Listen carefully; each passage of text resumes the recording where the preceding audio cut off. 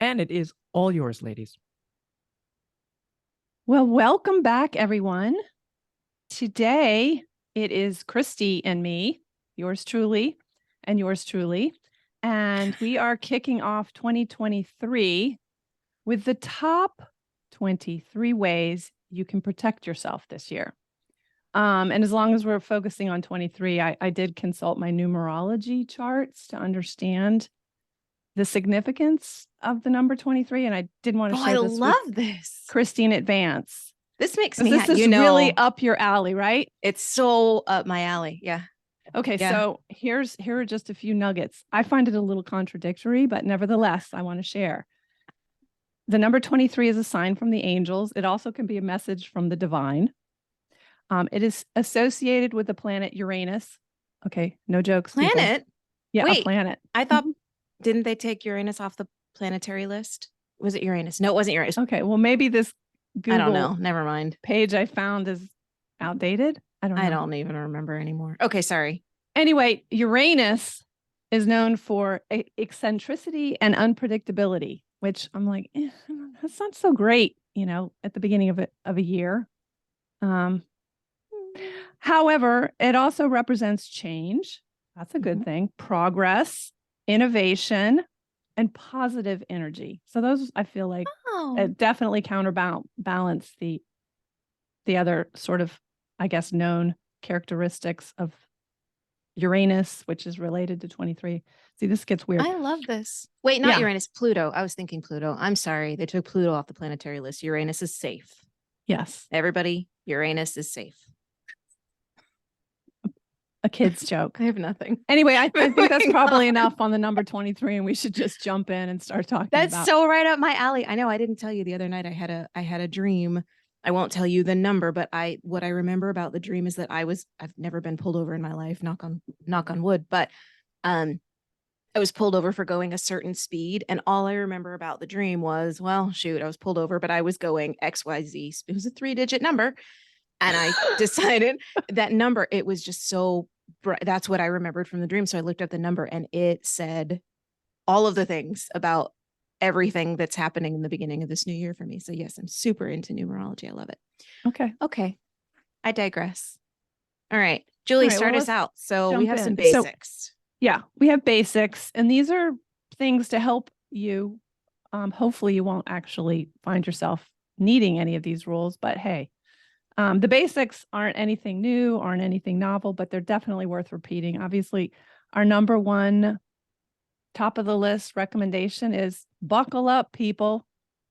They say that seatbelts save lives for a reason. The statistics really do show that by properly, buckling up every time you get in the car, no matter how far or how short your drive is, really reduces the risk that you could be fatally injured should you unfortunately find yourself in a car accident. Like something like 45% of front seat passengers are saved by their seatbelts. So buckle aside from up. The fact that it's the law. Well, it is the law, but it's a good reason for the law. Absolutely. Every time my mom gets into my car, in fact, because she was raised at a time in a generation where there either were none or it just that people didn't believe in that. Every time she gets in my car, I have to yell at her. Buckle really your seatbelt. Another sort of interesting family story. My stepfather was in the Virginia state legislature for a long time. And this, at one point, they were considering, requiring seatbelt use in Virginia. And constituents would call from time to time to register their thoughts. And invariably, the calls that came up about seatbelt use were always one of those random stories where, but for the fact that they were unbelted, something terrible would have happened to them. So they were saved by the fact that they weren't wearing their seatbelt. That they weren't belted. Yeah. Which, that's definitely, the exception. So it happens. I had a case like that years at the very beginning of my career. I actually had a case like that where if my client had been wearing the seatbelt, it would have been far worse. So there are times, however, statistically speaking, correct. So buckle up. It's the law. Yeah. It's the law. So number 2, again, another basic. We have about 5 basics here, but number 2, listen, pay attention to the road conditions, the weather conditions.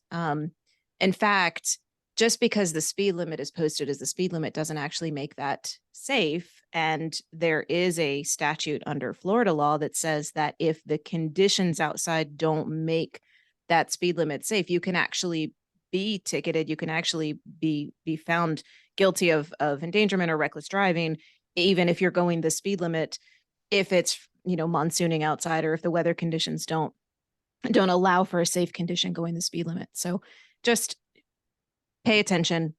Flow of traffic, road conditions. There's a ton of construction. Everybody knows, everybody in the country is moving here, and we are widening roads continually. And in the it summertime, seems daily we get those stories of, people being hit by a driver. Ugh. Yeah. Yeah. We live in the Sunshine State, but we are blessed with, nearly daily thunderstorms throughout the summer months. Mhm. And You set your accidents watch by 'em, happen, for sure. so, yeah. So the next one, again, pretty obvious. There are laws on the books about this, but nevertheless, people seem to think that multitasking behind the wheel is a good idea. In particular, doing things with their phone. And it's a big distraction. You're often physically, you're manipulating your phone. Your eyes are focused on your phone, and your head, your brain is more focused on what's going on your phone, which means you are not engaged with what's going on the road. And so accidents can happen.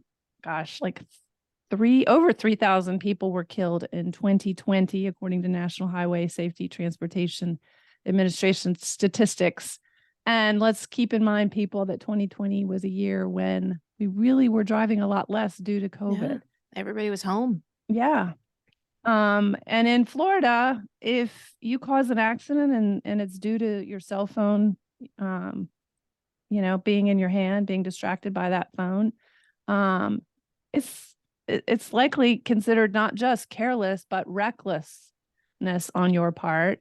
And so, for Christy and me, if we have a case where the other driver who caused the accident was in fact distracted by their phone, we will make a motion at some point in the case to actually have punitive damages, seek punitive damages, because reckless behavior, opens the door to that. And the thing about punitive damages is that's on you. Your insurance company is never going to pay a dime.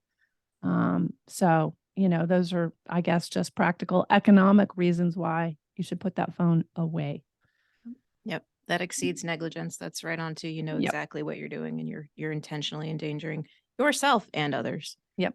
And unapologetically it's attorneys like us who will fight for our clients and push that sort of designation, the reckless designation, and the punitive damages.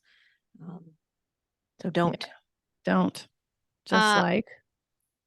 drink and drive. Number 4, we all know, don't drink and drive. I'm going to reference, we did a podcast a couple of, 2 or 3 episodes ago at this point, where also we pointed out, hey, drinking and driving is the same as drugs and driving. Even if you have a medical marijuana card, doesn't make it legal to drive while under the influence of marijuana. So let's make sure that stays straight. Drinking and driving, or being under the influence of drugs and driving, it's a cause of 32 fatal crashes every day, one every 45 minutes, according to the CDC. So it's a big deal. Don't do it. And don't be confused with, yes, but I can legally take marijuana versus. Or even prescription medication. We've all seen those Correct. stickers, do not operate heavy machinery. That's not just a tractor, people. Yep. It's also a motor vehicle. Right. And that's something we dig into as well when we have an at-fault party. Okay, what were you doing? What medication were you on? Absolutely. All of that. And if there is even the smallest thread that we can pull to say you are on a medication that your doctor told you shouldn't be driving on, that's a big deal. Yep. It's a big deal. We will use it. And then the last sort of basic is make sure that you have proper insurance coverage in place. Honestly, I recommend every year or so just taking a look at what kind of insurance coverages you have in place, not just on your automobile, your home. If you don't own a home, your renter's insurance, You want to be protected if, God forbid, you're injured in an accident, just as much as you want to be protected if, God forbid, you cause an accident that injures someone else. Mm-hmm. So Florida doesn't actually require drivers in general to carry liability coverage. And as a result, almost 1 in 4 drivers in our state is uninsured. So if you're in an accident, it's not your fault, you're injured, there's basically a 1 in 4 chance that the person who was responsible doesn't have appropriate coverage in place. And so that's why we really hammer repeatedly the importance of carrying not just liability coverage, but uninsured motorist coverage, because that provides you with some protection if, God forbid, you are in one of those accidents with somebody who doesn't have insurance. Right. That conversation with a client is so difficult when they're genuinely injured, their lives have been changed, and they look at Julie and I and they say, so This isn't there's fair. there's nothing I can do. This is, I'm hit, I'm injured, and there's nothing. This isn't fair. We don't make sorry. these rules. The Florida legislature does. Yep. It may change someday, but for now, that's not the case. And so Right. that's why it's really important to, again, take a look at what kind of coverages you have and add honestly as much as you can afford and as much as you need. You know, obviously, if you have assets, you want to, protect yourself in that economic way as well. Mm-hmm. So, yep. So those are kind of the 5 basics that everybody knows, but absolutely worth repeating. Buckle up, pay attention to the conditions, don't text, don't drink and drive, and check your coverage, carry proper coverage. Moving on, number 6. So after a crash, if you've been hit by somebody, you've been involved in a crash, call the police. There's certainly circumstances where the police are backlogged. They can't get to you in time. In fact, a few years back, I was hit and ended up staying on scene for hours and hours. I mean, it's dark, it starts pouring rain. And then after it rains, the mosquitoes come out. It was terrible. And so by the end of it, rather than sit there any longer, I had done all of the other things that we're about to tell you to do as well. But after we'd been there for long enough, I actually called the police back, ensured that it was on a recorded line, and had the person who hit me admit liability on the recorded line to the police, so that at minimum, even though I didn't have a crash report, I had a recorded statement of liability from this person because I knew it was going to be an issue. I knew that they had an insurance company that was, out of Miami and sort of fly by night, was going to give me a difficult time, which indeed they did for the next number of months.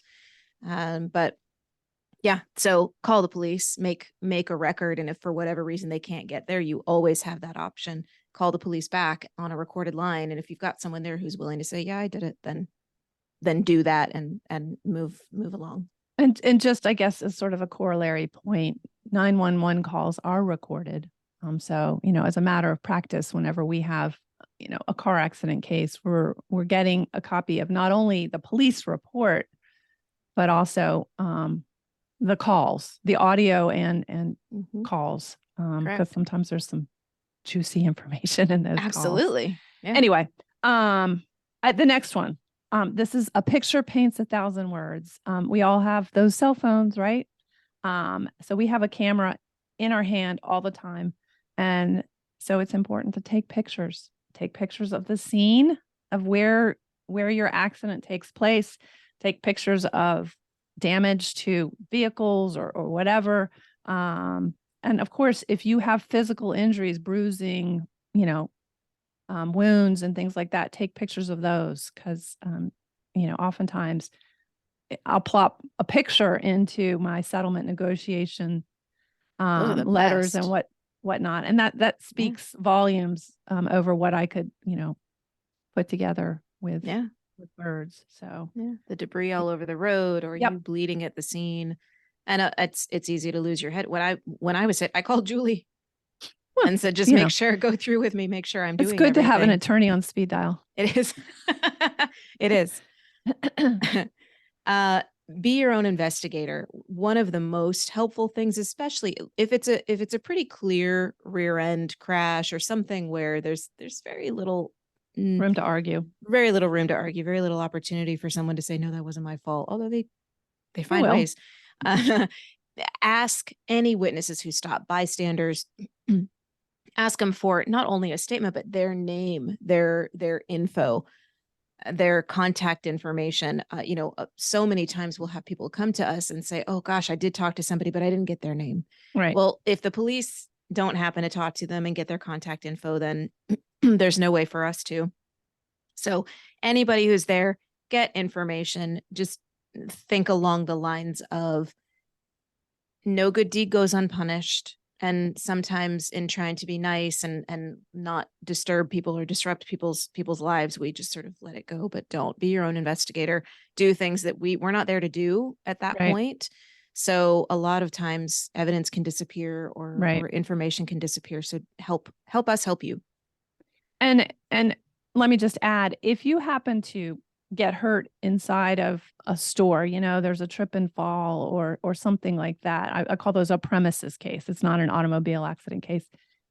It is very important to try to gather and get that information. The store manager or someone like that may come up and seemingly be taking in fact taking down all this information. But unlike the police, who are independent third parties, they are not going to share that with you or with us as your attorney, most likely. They might in the course of a lawsuit, but by then we don't know what we need to know to decide whether we have a case. What is this witness going to say? So if just try to remember, take pictures of the scene and gather all those details about bystanders who may have seen what happened and that sort of thing, so that we can properly look into what happened. Yep. The other really, I think, obvious thing is if you're hurt, then go to the doctors, go to the emergency room, or oftentimes it's more appropriate to go to perhaps an urgent care center. Right. A walk-in.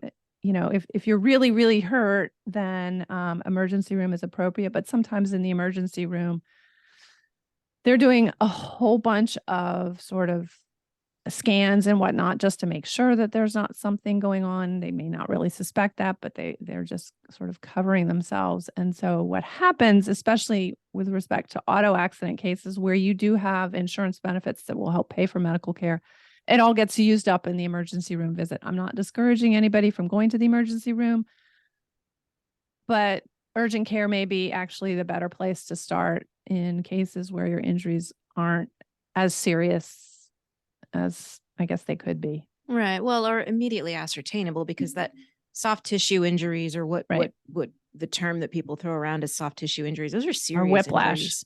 Yeah, those are serious injuries, but you're not bleeding out, and you don't have bones sticking through your skin. You don't have something that really would require you to be at the emergency room. You're going to end up with at minimum 3 bills.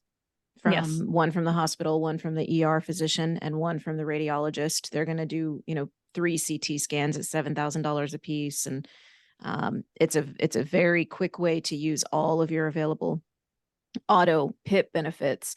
But the point is, yes, get treatment. There's a rule in Florida. If you don't seek treatment within 14 days from the date of the crash, you are not entitled to the PIP coverage that is mandatory that you pay for. Yep. So make sure that you follow up somewhere, somehow, certainly within 14 days. And there are an awful lot of people, more men than women, but there are an awful lot of people who say, I just, I'm okay, I'm sore, but I'm just going to give it a minute. And before you know it, 2 weeks is over. You're still sore. You've decided it's fine. I have work to do. And then you lose access to those benefits. So don't wait. At a minimum, just go somewhere, get checked out. I just talked to someone this morning. It had been 17 days and she had been wanting to do something, but had yet to. So unfortunately, she lost $10,000 worth of coverage that could have been used. Yep. And your carrier is not going to automatically share that information with you when you call and report a claim. They're not going to say, oh, please let us pay you that $10,000, or please let us pay that $10,000 on your behalf to your medical providers. So make sure you get treatment. They're not going to tell you. They're not. Right. Yeah. What number are we on? Oh, it's number 10. We're almost halfway. Talk to an attorney. There's there is literally no downside. Personal injury attorneys in Florida are contingency fee based. There is not a personal injury attorney I have ever met in Florida who does not allow a free consultation. There's literally no reason for you not to speak with an attorney, even if it is just getting questions answered and having a better idea about the coverages available and what your rights are. Yep. It's free. It's easy. If you call our office, we're pretty much available. We'll get you on the calendar and move forward. And at least, And that we're way you've happy got to do it. information. Even if it's not really a case or a problem, it's just, we do that regularly, all we the talk time. to people all the time that we have we don't practice that. We really can't help, or the defensive, they were involved in a crash, but they were the at-fault party. We talk to people all the time and attempt to offer guidance and refer if we can. And but insight. yeah. Yeah. But sometimes, knowledge, not sometimes, but always, knowledge is power. So talk to an attorney. And so the next piece of advice is sort of a follow on or predicate is, do not, on the other hand, talk to your insurance company. Hold off. Talk to an injury attorney first. My advice for all my clients is, we're not going to talk unless I'm supervising and under, my parameters and that kind of thing. You hire me to be your mouthpiece. And so if we don't have to, we're not gonna. And if we have to, then we're going to do it, but under controlled circumstances. So wait, there's no, it can wait. It can certainly wait until after you talk to Christy or me. Oh yeah. The controlled circumstances part is super important with that, because they'll ask stuff that they have no business asking. It's a problem. Which leads into actually number 12, which is, do not assume that your insurance company is your friend. We can almost always, it's logical, right, to assume that the insurance carrier for the person who hit you is not your friend. It's sort of, that's a very logical thought. Your own insurance company, however, people think, well, I pay them my premiums. I'm loyal to them. They'll be loyal to me. They're not your friend. Insurance companies are insurance companies, and they are in the business to make money, not to spend it. So your insurance company is not going to give you all of the information that you need. And furthermore, they are going to send you things in the mail. They are going to just pepper you with all sorts of paperwork that is, hey, please sign this document. And this allows us to get all of your medical records from the day you were born until the day we choose not to collect them anymore. We want all of this information. Why do you need to be giving that to your auto insurance company? Under any circumstance? You don't. But that's what they do, is they send you all of these forms under the guise of, we're your friend, let us help you. And you sign them, you send them back. And before you know it, you've got an insurance company telling you, well, you're not hurt. You were hurt 12 years ago in another crash, and this is related. It's awful. So do not assume your insurance company is your friend. Don't sign anything. Don't do anything again until you talk to a lawyer. The next one is about what happens with your property, your car. You basically have two avenues of relief, two potential avenues of relief after a car accident when it's not your fault. You can look to the other driver. He or she is required to carry coverage that will pay for property damages, either to get your car repaired, or if, it can't be repaired, to pay you your car's fair market value. Your second route, and this is not necessarily available to everybody. It really depends on whether or not you carry what's called collision coverage, which is not a mandatory coverage in Florida. It's optional. It's important to have, I think, again, if you have a newer car, but you can go through your own insurance, and it's oftentimes easier, quicker. It doesn't involve a determination about fault. They'll get your car into the, in to be repaired or what have you. The only downside is collision carries a deductible. And so the first $250 to $1,000, typically you're going to have to come out of pocket to cover, and then your insurance kicks in to pay the rest.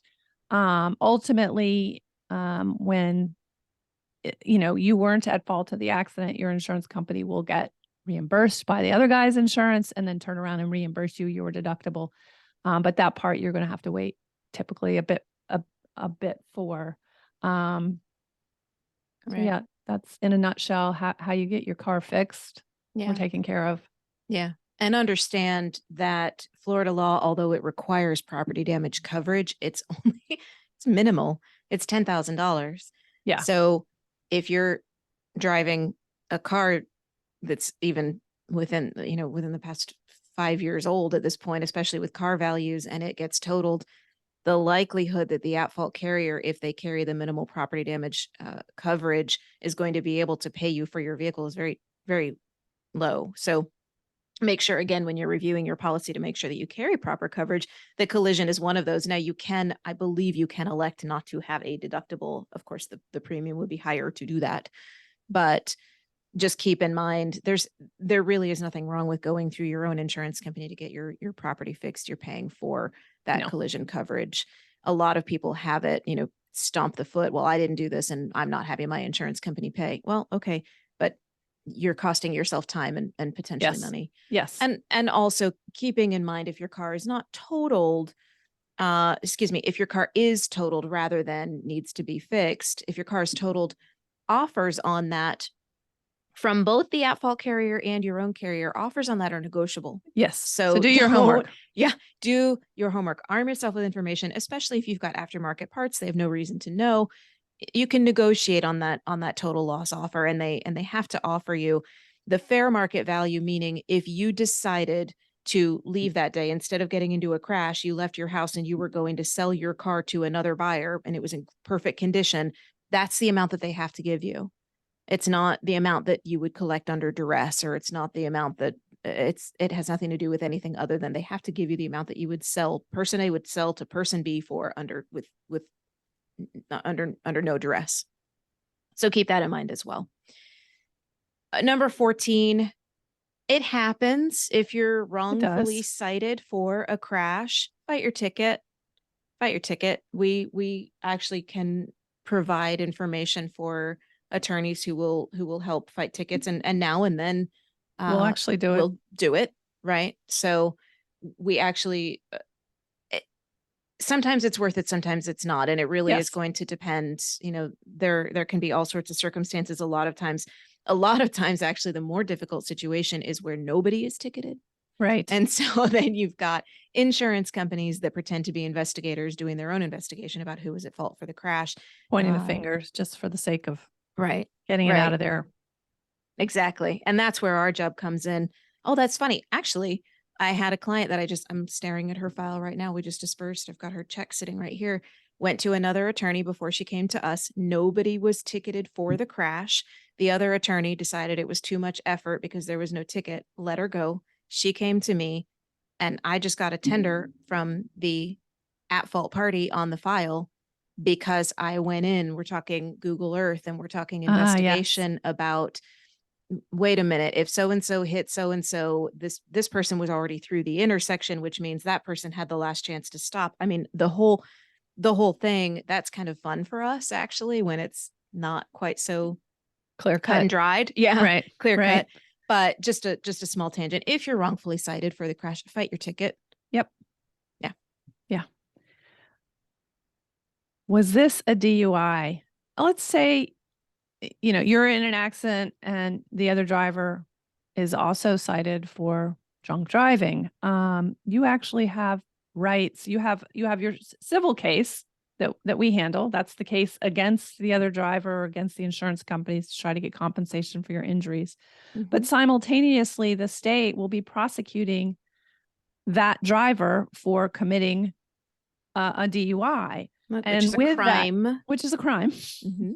And when there's property damage, it's a more serious crime than if there isn't property damage. And when there's an injury, it's an even more serious situation, and so on. Obviously, if it's a fatality, it's really bad. That sounded awfully glib. It's bad. But as the victim, as somebody who's been hit by a drunk driver, you also are a crime victim now. Just as, somebody who gets robbed is a crime victim. Yep. And in the state of Florida, we have a victims compensation fund set up through the state that you can apply to help cover some of your costs that aren't otherwise going to be covered. So that's it's not always a lot of money, but it is another source of payment to you. Right. And we help all our clients who have been victims of DUIs. Also, hit and run is another example of a kind of accident that also involves a crime. Correct. And then there's some corollary things that fall out of that. The state says that deductibles, to the extent that there are deductibles, are waived in this situation. You also have rights with respect to the actual case being prosecuted against the drunk driver. And as we've already mentioned earlier, your case then becomes one in which we will try to pursue punitive damages, or at least use the threat of punitive damages to your advantage in seeking a resolution of your civil claim. So another good reason to talk to a personal injury attorney if you've been in an accident and you're the victim of a crime. Yes. Will help you navigate that as well. Right. And you have no reason to know all of this. That's Nope. That's what we're here for. And if we weren't necessary, we wouldn't be here. And it's the sad truth. But so those are sort of the things that after a crash, as the not at fault party, we would recommend that you do. And a lot of it is arm yourself with information. If you, however, cause a crash, there are a few extra additional or different steps that we felt like we should express here. So a lot of what we just talked about applies here. Call the police, document, be your own investigator, make sure you get checked if you are hurt. So understand that your $10,000 in mandatory PIP coverage, personal injury protection, applies regardless of fault. That's why it's called no fault insurance. Right. We are a no fault state. That creates so much confusion with everybody. Our clients, they come in and say, yeah, but it doesn't matter who is at fault. No, it matters. It simply doesn't matter for purposes of that one bucket of coverage through your auto policy that is required. So even if you go out and you slam your car into somebody else, you are entitled to up to $10,000 in your own personal injury protection coverage, and you are subject to the same limitations and drawback of there's a 14-day rule. You have to go seek treatment within 14 days to have access to that coverage. So keep that in mind. But step number one, we're at number 16 now. Carry liability coverage. This is what will protect your individual assets. Julie referenced earlier, it is not required under Florida law. That may change. The legislature for a number of years now has been trying to get that to change. And in fact, they passed it last session, correct? Year ago? Or 2 years ago. I can't remember, governor but it was vetoed it. vetoed. The governor Right. did veto it. There was not enough research done on the impact, the financial impact that this would have on Florida Insurance. on insurance rates and Florida residents. So, but carry liability coverage, because if you don't, you are opening yourself and your assets up to the potential for judgment. And it's interesting. I actually just came across an article in the Florida Bar Journal, something that they're pushing now. How can we really pursue judgment collection? Let's find ways. So we all know Homestead is safe, but otherwise it seems like there's maybe a little bit more of a push, right, to try to collect on judgment. So carry liability coverage. Be a responsible driver. There is a financial responsibility law. There is a statute that says that if you cause damages and you're not able to be financially responsible for them, technically your license can be taken from suspended to revoked. So just keep that in mind. Carry liability coverage and make sure you protect yourself, because really that's what it's about. Yes, it protects other people on the road, but it's about protecting your own assets. It is. All right, the next one. You're going to have to talk to your insurance company at some point, and they're going to want to know what happens. Generally speaking, we advise clients not to say anything, not to admit anything. But if on the other hand, there's really not an explanation for why this happened other than that you did something careless. Yeah. It actually may be really in your interest to go ahead and own it with your insurance company and get them in the business of then trying to protect you by getting as quick a resolution for as little money as possible, taken care of. In cases where it's pretty clear there's There's nothing to argue. You need to tell your insurance company, you need to protect me. They Yep. have a fiduciary obligation to you, but that doesn't mean they always get it right. And they do sometimes screw it up, and that can open up a huge can of worms in terms of your exposure. So if you put them on notice that you expect them to protect you because you did in fact run that red light and T-bone that person and they are hurt and they screw it up, then that changes the legal terrain in a way that's helpful to you, notwithstanding the fact that, yeah, you caused an accident and somebody was at fault. Now, Mhm. if you were drunk, or something like that, and you face criminal exposure, then to quote, is it a podcast that these It's guys have? attorneys. They're out of Miami, but they're on these TikTok is where I okay, saw it the TikTok. first time. That's right. They're big TikTokers. Yeah. And their hashtag, and we can say this because this is Yes, a we can say podcast, this. We're adults is- here. Hashtag STFU. Shut the fuck up, people. Yeah. You have constitutional rights. So invoke Don't them. incriminate yourself. Right. Ask for an attorney, stay silent, and then, then with your attorney, decide how to navigate that. But yeah. Right. And we're talking So- about the bigger criminal issues here that might have caused you to slam your vehicle into somebody else. But Right. yeah, right. I mean, it's fun for us litigating files where you have a defendant who clearly yes. is at fault for a crash, clearly. And before a deposition, their attorney has failed to properly prepare them for the deposition because they come in Yes. and rather than saying, yeah, I hit your client, it was my fault. They come in and they up with say, well, I don't think preposterous- it was my fault. Well, whose fault was it? Well, I don't know. Was it my client's fault? Maybe. My client was at a dead stop and you slammed your vehicle into the rear end of whose fault was this? Well, I don't think it was mine. Okay. So it's a look like lot an of idiot. fun. Yeah, Yeah. it's a lot of fun for us, but it also makes you look stupid. Makes your insurance company look stupid. It makes your insurance company's attorney look stupid. Yep. But so yeah, I mean, it can come down to an ethical issue, but is it worth to admit or not to admit? I mean, it's a call you've got to make. Isn't that what Hamlet said? Oh no. To admit or not, probably. So number 18, and this is kind of following along the lines of report the crash to your insurance company. So if you have caused a crash, you need to report it to your insurance company because there is going to be a clause in your insurance policy that says that there is a timely reporting requirement. If you do not timely report this to your insurance carrier, in theory, they could say, You're not being cooperative. right, you breached contract. You did not timely report this. And so we now do not have an obligation to cover it at all. And protect you. Correct. So if you are at fault for a crash, you need to report the crash to your insurance company. You need to let them know that it happened if you want them to step up and help you.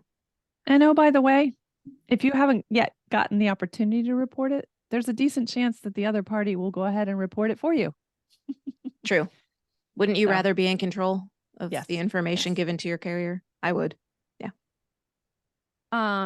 Okay. So just some basics in terms of what an insurance company can or won't do for you. If you cause an accident and it's your fault, whether or not they're going to provide a defense for you, in other words, hire an attorney if need be, depends entirely on whether or not you carry liability coverage.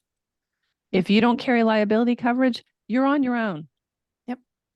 If you don't carry if you carry liability coverage, but you actually have exposure over and above the amount of coverage that you have in place, you may also want to consider, especially if you actually have assets, hiring private counsel, paying them yourselves so that you are well protected. The insurance company is going to do should be doing its best to try to get the case resolved within the amount of coverage you have, but that doesn't always happen for various reasons. And so, you may want to have somebody else who's thinking sort of further out on your behalf. So. Yep. Important. Exactly. So we've got 3 more. We have this down kind of into just some general closing thoughts. And we've hinted Yeah, at this a number of times, but I think it cannot be overstated. Do an insurance audit, pull your policies, meaning your auto, your homeowners, boat, any of that. Pull your policies and do an insurance audit, and keep in mind coverage and price can be the drivers rather than loyalty. So there are some people who, I've been with XYZ company for Oh yeah. 18 years, 30 for years. 25 years, and I'm never, well, that's a mistake, because they know you're never moving. They're taking advantage of you and they're charging you too much money, or they're not offering you the extent of coverage for what you're paying. Yeah. So do an audit. I actually just this year I did, I'm 2023, baby. I'm doing, my, trust and all new updated Estate plan. documents, estate planning and all of that. But part of that was additional life insurance and additional umbrella policy now that covers house and car and all of that. So do an audit. A lot of times it can be a lot cheaper than you might imagine. Yes. An umbrella policy was not expensive Nope. once I have the appropriate underlying coverage in place. So just take a minute to do an audit on that. Any financial planner is going to tell you, God forbid something happened to you, you need to make Right. sure that you're protecting yourself. So please take the time to do that. Yes. Yeah. And similarly, social media. That's a biggie. It's awesome to, share what's going on in your life with all of your friends. The world. But, people do crazy, stupid things. And if an accident happens and either we or the other side, i.e. the insurance company, can glom onto something, they will. And I promise you, the insurance companies are figuring out as much as they can about you as possible. So public records, trying to check in and see if they can see what you put out there on TikTok or Facebook or whatever, and they will gather that and they will use it against you. So stop going don't live don't while post you're while you're driving. Stop doing that. Or doing stupid stunts, drunken idiocy, that kind of thing. It really isn't that funny. No. And it's not. And yeah. It's tough now with, the I don't even know what gen I don't know. Technically I fall into millennial. I vehemently object to that label, but I do fall into the millennial category. But the one after us, or my son is 15 and his age group, they were born holding technology. They were born holding phones. They're digitally fluent. And everything is online, and I'm, thank God for that, because would we have gotten into college, or would we have gotten jobs in the first place had we posted everything online like the kids do these days, and with beer and with weapons and with all of it. It's just a mess. So just don't, and talk to your kids about that as well. Finally, so to round it out, number 23, whether it is us or someone else, do not pick your attorney based on a billboard or a commercial. And we have both. Yes, we do. We advertise everywhere. We're all about it. We want to make sure that people know that we exist, but don't pick us based on any of that. Pick us because when you call, we're responsive.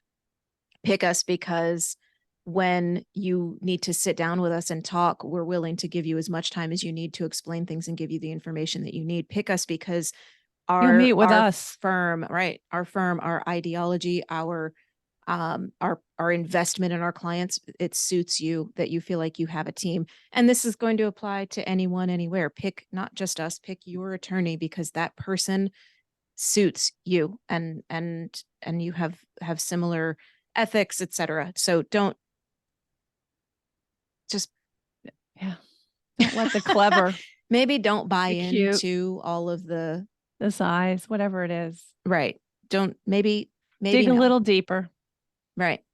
There are people who are in practice because we are people of service, and there are people who are in practice because there are dollar signs. And that doesn't mean that there isn't money to be made and we don't have to support our firm and our family, but there's going to be a big difference from attorney to attorney that it's palpable. You can feel it. Walk into the office and feel it. And if there's a connection, great. And if there's not, move along. So yeah, that's it. That's a lot of stuff we just talked about, but I think it was actually pretty helpful. I do. Yeah. And I guess, think. I'll wrap up where we started and wish everyone that the year 2023 is full of positive energy and progress and good change. Yes. Pick your avatars. I Um, haven't named my avatar yet. We That's did not our Lisa. podcast with Mary Schrank, who said let name your avatar. So name it. I've got to think about her name. Yeah.